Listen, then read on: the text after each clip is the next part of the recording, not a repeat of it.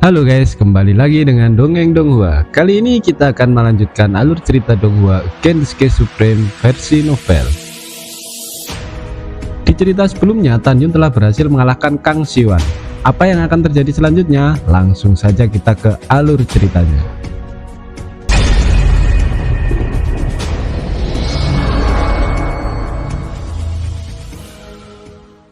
Ling Huchanghe dan para tetua jiwa suci menghardik Tanjun. Menghadapi ocehan mereka, Tanjun tiba-tiba tertawa. Senyumnya sangat dingin. Dia tiba-tiba menatap kepala jiwa suci dan berteriak dengan marah. Ling Huchanghe, suruh orang-orangmu diam. Kamu berani memanggil nama ketua ini secara langsung? Kamu... Sebelum suara Ling Huchanghe selesai, dia dipotong oleh Dante Swansong dengan wajah muram. Diam semuanya. Dante Swansong berbicara dan tiba-tiba puncak menjadi sunyi. Tanjun, apakah kamu punya sesuatu untuk dikatakan? Tanya Dante Swansong. Master Sekte, di hati murid, lakukan hal-hal dengan hati nurani yang bersih. Tidak peduli apa yang orang lain katakan, murid tidak masalah. Namun Ling Huchanghe adalah seorang tetua dan dia tidak sopan. Dia berada di divisi jiwa suci, tetapi dia menjadi hitam dan putih di depan umum. Master Sekte, 5 tahun yang lalu, setelah saya lulus seleksi ujian Sekte Huangfu, dalam perjalanan ke Sekte Huangfu, saya bertemu musuh pertama saya. Dia adalah Murong Kun, cucu dari Murong Hong, tetua kedua dari jiwa binatang. Saat itu, dia penuh dengan kejahatan dan ingin membunuhku. Jadi, aku terpaksa melompat dari punggung bangau dan jatuh di dalam lembah, berpura-pura mati, baru kemudian melarikan diri. Namun, setelah saya kembali ke Sekte, dia mengirim orang untuk membunuh saya berkali-kali. Selain dia, ada juga Ling Huchangkong. Dia adalah cicit dari Ling Huchanghe. Ling Huchanghong dan Murong Kun bersama dengan sekelompok orang ingin membunuhku di ngarai meteorit, tapi aku berhasil selamat. Dari awal sampai akhir, saya tidak pernah memprovokasi Murong Kun dan Ling Huchanghong. Akhirnya mereka mati. Saya tidak mau berkomentar banyak tentang itu. Dalam 2 tahun di gerbang luar, orang lain adalah Xiu Yongchong, sesepuh dari penegak hukum gerbang luar. Muridnya ingin membunuhku, jadi aku membunuh muridnya. Tetapi dia tidak terima dan mencoba membunuhku beberapa kali. Ketika ketua gerbang dalam akan pergi ke gerbang luar untuk membeli murid, Xiu Yongchong dan aku bersepakat melakukan pertarungan hidup dan mati di depan semua murid gerbang luar.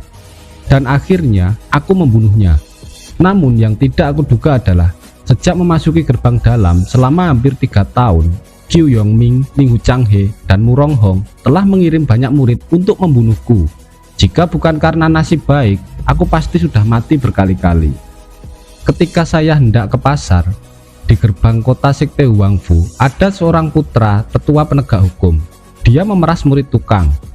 Kemudian dia berusaha memeras batu roh spiritual kelas menengah saya.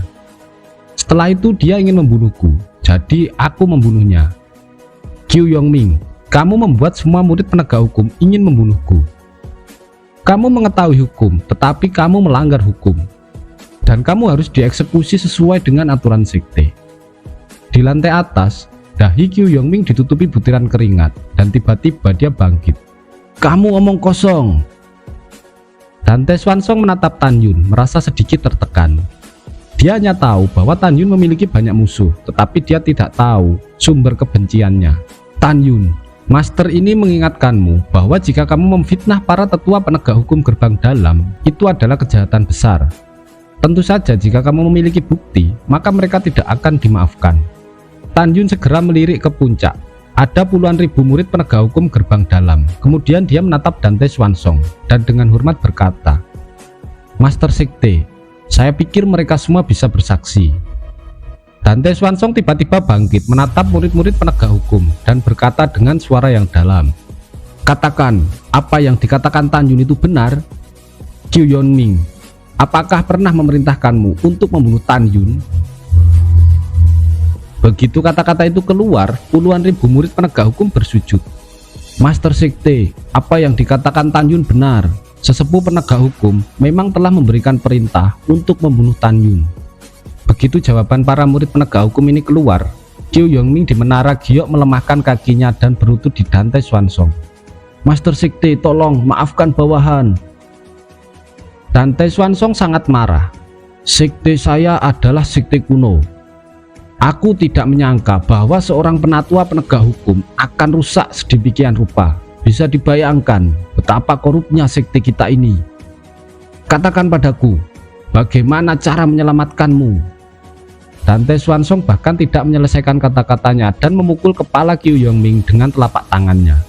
Segera tengkorak Qiu Yongming pecah dan dia mati kehabisan darah. Dante Swansong menendang mayat Qiu Yongming dan mendarat di puncak.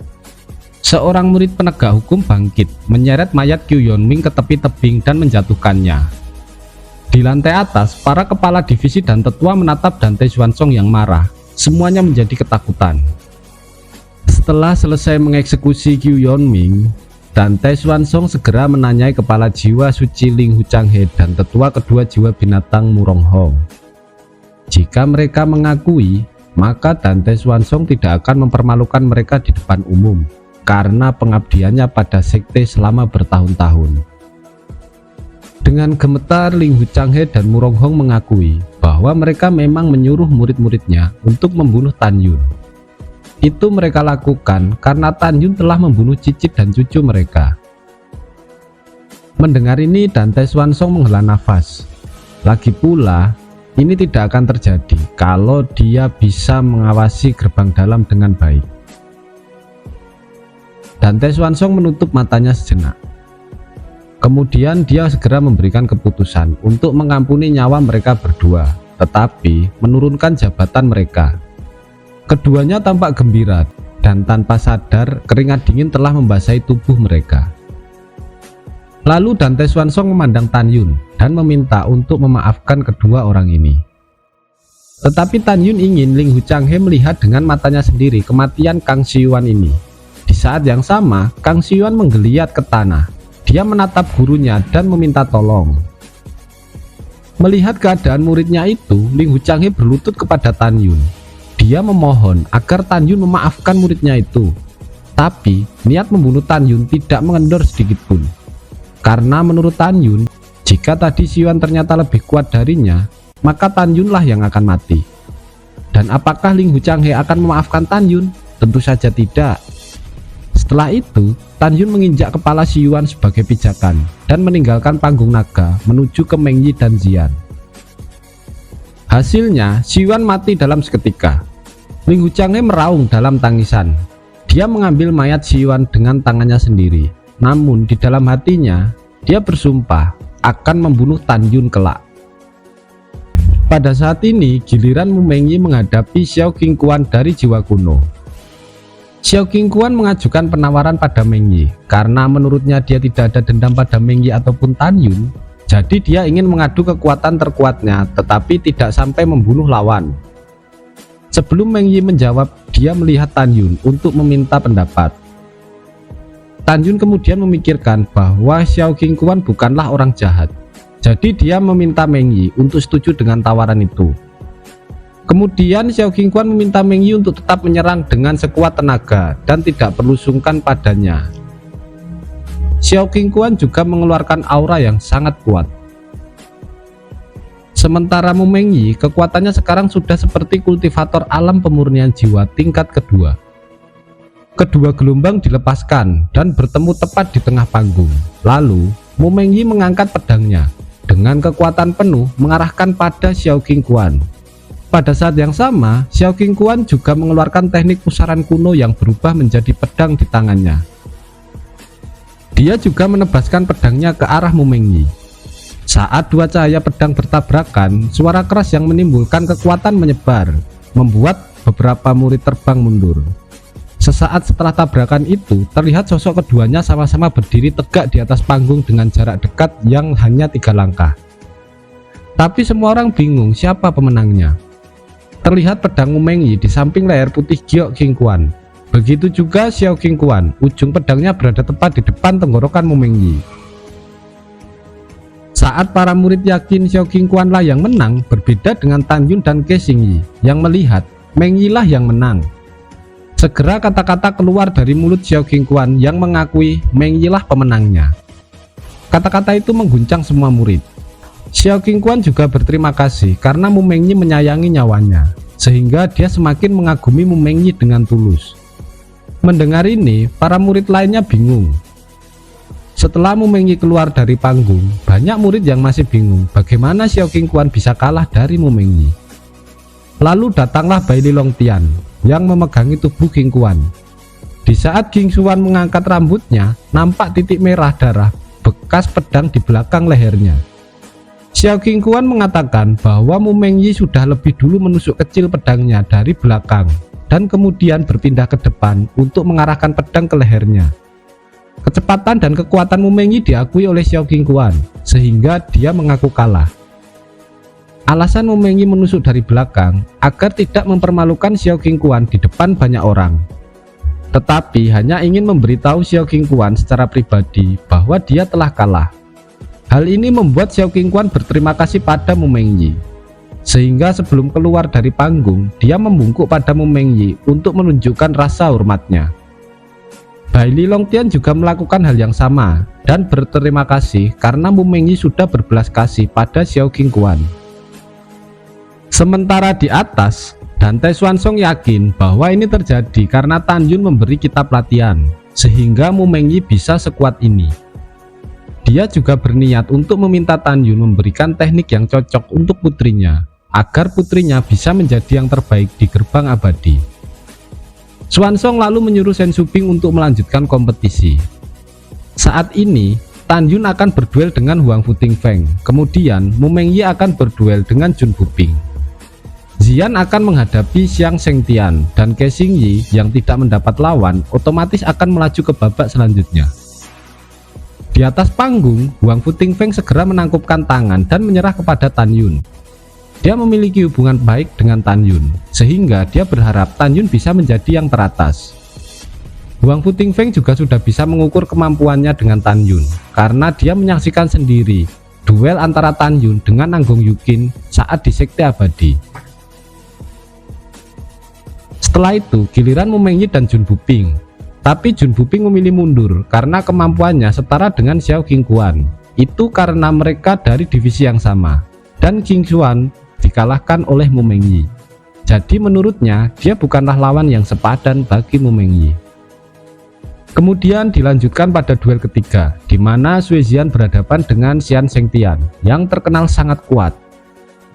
Xiang Shengtian berharap Sui Jian tidak akan mundur karena gurunya menyuruh untuk membunuh Tan Yun, Mengyi, atau Sui Jian.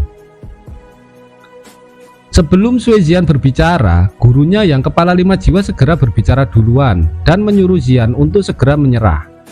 Semua orang juga mengerti bahwa lawan yang sepadan untuk Xiang Shengtian saat ini adalah Tan Yun atau Mu Mengyi. Saat semua orang berpikir bahwa Sui Jian akan mengaku kalah, pikiran gadis lugu ini justru sedikit liar. Dia ingin bertarung untuk menguji kekuatannya. Tubuh kepala divisi 5 jiwa bergetar, hatinya juga berdebar, karena Sui Jian bisa terbunuh, mengingat Xiang Shengtian memusuhi Tan Yun. Dalam pikiran kebanyakan orang, Sui Jian seperti melakukan bunuh diri jika tetap bertarung melawan Xiang Shengtian.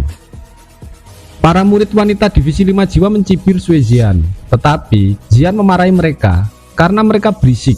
Padahal pertarungan belum dimulai, tetapi mereka sudah merasa yakin dengan hasil akhirnya. Karena tidak ada yang mundur, maka Shen Shuping segera mulai pertarungan. Keduanya lebih dulu saling mencibir, lalu Xiang Shengtian menyuruh Jian mengucapkan selamat tinggal kepada Tan Yun. Sedangkan Sui Jian mengatakan bahwa Xiang Shengtian hanya kuat saat menghadapi orang lain, sedangkan di matanya dia hanyalah seorang yang lemah. Detik berikutnya, kekuatan ruang Xiang Shengtian terpancar dengan kuat. Dia bergerak sangat cepat, auranya menakjubkan, dan dengan teknik bayangan kunonya, dia segera menerjang Sui Jian. Di hati semua orang, inilah saatnya Sui Jian akan mati. Tiba-tiba, kekuatan emas berkilauan terpancar dari Sui Jian. Tubuhnya berkedip, dan bayangan lain dari dirinya muncul dengan atribut air, atribut api, atribut tanah, atribut kayu, dan atribut emas. Hanya Tan Yun yang tahu bahwa ini adalah seni pedang 5 jiwa yang diberikan Tan Yun. Xiang Shengtian terkejut dengan kecepatan Sui Jian sekarang. Tubuh Jian muncul dan menghilang begitu cepat. Semua memegang pedang roh kelas menengah, pada saat yang sama, semua Xian itu mengayunkan pedangnya dan kekuatan 5 atribut itu jatuh dari langit memenuhi panggung naga. Xiang Shengtian segera mengeluarkan kekuatannya dan segera dia menghilang tak terlihat. Dia meraung dan mengeluarkan kekuatan cahaya, berusaha menghadapi cahaya 5 elemen Xian, dan dia berusaha menyerang tubuh Xian yang beratribut emas. Karena menurutnya itu adalah tubuh asli Sui Xian. Xian hanya diam dan tidak bergeming. Tetapi tiba-tiba terdengar teriakan. 5 Xian menancapkan pedangnya pada tubuh kekar Xiang Shengtian tepat di jantungnya, dan Xian satunya memotong tangannya. Xiang Shengtian tidak percaya kekuatannya tidak mampu melawan kekuatan 5 elemen Sui Xian. Tubuhnya bergetar hebat menahan rasa sakit. Dia masih ingin bertarung, tapi tubuhnya sudah tak berdaya lagi.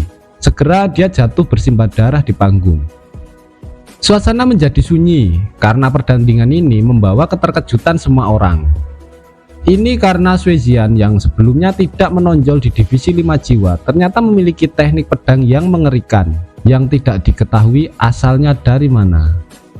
Setelah beberapa saat riuh suara murid-murid mengagumi Xian, hanya dalam 10 nafas Xiang Shengtian telah tumbang. Di lantai atas, kepala divisi 5 jiwa tertawa terbahak-bahak. Dia lalu bertanya pada Xian dari mana teknik rahasianya itu. Sui Xian menjawab bahwa guru kakak iparnya Tan Yun yang memberikan teknik itu padanya. Seketika semua orang menatap Tan Yun. Mereka semakin penasaran siapa guru Tan Yun itu. Karena teknik yang diberikan gurunya telah membuat Mu Mengyi dan Sui Xian masuk jajaran atas murid terkuat. Saat ini ada saling cibir-mencibir antara pihak Tan Yun dan Ke Xingyi. Baik Xian ataupun Mu Mengyi saling mengancam pada Ke Xingyi. Di lantai atas terlihat wajah lesu Lingu Changhe saat melihat mayat Xiang Shengtian. Dia menyesal telah menyuruh muridnya untuk bermusuhan dengan Tan Yun dan Sui Xian. Tapi dia semakin bertekad untuk membunuh Tan Yun cepat atau lambat. Lalu kompetisi dilanjutkan. Chen Shubing mulai melakukan undian dengan kekuatan spiritualnya, dan Tan Yun akan berhadapan dengan Ke Xingyi. Mengyi akan berhadapan dengan Xian. Ke Xingyi membawa dendam karena kematian Kang Xiuan dan Xiang Shengtian. Saat mereka sudah berada di panggung, tiba-tiba Ling Hu Changhe muncul di samping Ke Xingyi dan menariknya. Dia ingin Ke Xingyi mundur dari pertarungan ini, tapi Ke Xingyi terus memaksa untuk tetap bertarung. Ling Hu Changhe khawatir, sekalipun dia mampu lolos dengan mengalahkan Tan Yun, masih ada pihak lain dari sekutu Tan Yun yang harus dihadapinya, antara Mu Mengyi atau Sui Xian. Jadi dia takut dan tidak ingin semua murid terbaiknya mati di sini. Ling Hu Changhe menyarankan Ke Xingyi untuk membunuh mereka nanti saat di tanah abadi. Walaupun berat hati, Ke Xingyi mematuhi perintah gurunya ini. Jadi dia mengaku kalah pada Tan Yun, sehingga Tan Yun menjadi orang pertama yang masuk ke final. Saat itu Mengyi melawan Xian. Keduanya tidak mau mundur dan memilih bertarung. Tan Yun terkejut dengan sikap keduanya ini. Sorakan dari murid 5 jiwa yang mendukung Xian menggelegar di arena. Niat bertarung mereka sangat tinggi. Keduanya mendekat dan menghitung bersama-sama. 1, 2, 3. Batu gunting kertas. Mengyi menampilkan simbol kain dan Xian menampilkan simbol gunting. Mengyi menampilkan simbol kertas dan Xian menampilkan simbol gunting. Xian menjadi pemenangnya dalam pertarungan ini. Sui Xian mengangkat kedua tangannya atas kemenangannya. Cara mereka bertarung mengejutkan semua orang. Setelah itu mereka bersorak. Tawa menyelimuti seluruh puncak, bahkan Dante Xuanzong juga tertawa. Kepala 5 jiwa yang mengetahui kemenangan Sui Xian tertawa keras sambil berteriak, "Lanjutkan Xian, jadilah juara 1." Mendengar ini Tan Yun segera melihat kepala 5 jiwa dan berkata, "Apakah kau bercanda?" Kepala 5 jiwa segera terdiam serius. Chen Shubing dengan terburu-buru segera melanjutkan ke babak terakhir. Ini karena dia tidak sabar menantikan divisi pilnya yang selama sekte ini berdiri belum pernah menjadi yang teratas, dan kini sejarah baru akan tercipta. Jadi dia tidak sabar. Tan Yun yang melihat kegembiraan dari muridnya ini mengerti bahwa dia harus memenuhi keinginan muridnya ini. Ketika keduanya naik ke panggung, Tan Yun berbisik pada Xian, "Xian, cepat mengaku kalah. biarkan divisi pilku menjadi yang teratas. Jian memelototi Tan Yun dan berbisik, tentu saja kakak ipar, tapi berjanjilah untuk berhenti membuat masalah. Aku memang bukan lawanmu. Lalu Jian berkata pada Shen Shubing, aku mengaku kalah. Setelah berkata itu, Jian berkedip menghilang dari panggung dan muncul di samping Mu Mengyi. Shen Shubing menahan kegembiraannya saat ini dan dia merindukan gurunya. Dia ingin berbagi perasaan bahagia ini bersama gurunya. Padahal guru Shen Shubing sedang berdiri di hadapannya dan sekarang menjadi muridnya. Sementara di lantai atas, Dante Swansong mengumumkan bahwa peringkat pertama daftar naga adalah Tan Yun dari divisi Pil. Di peringkat kedua, Sui Jian dari divisi 5 jiwa. Di peringkat ketiga, Mu Mengyi dari divisi Pil. Di peringkat keempat, Ke Xingyi dari divisi jiwa suci. Setelah itu, gelombang sorakan murid divisi Pil dan 5 jiwa memenuhi puncak naga. Tiba-tiba, sesosok berjubah putih muncul dari kehampaan, berdiri di udara dan membungkuk pada Dante Swansong. Dia melaporkan bahwa tugas yang diberikan Dante Swansong telah dilaksanakan. Saat ini, dia telah mengumpulkan 1263 ketua sekte di kota suci. Dante Swansong mengangguk dan menyuruhnya pergi lebih dulu. Tetua itu lalu menghilang dalam sekejap mata. Dante Swansong lalu meminta Shen Shubing untuk melanjutkan kompetisi sisanya, untuk mencari peringkat kelima hingga ke-8. Dante Swansong berkedip dan muncul di langit. Dia menatap Tan Yun dan melambaikan tangannya. Seketika, Tan Yun terangkat ke langit mendekat ke Dante Swansong.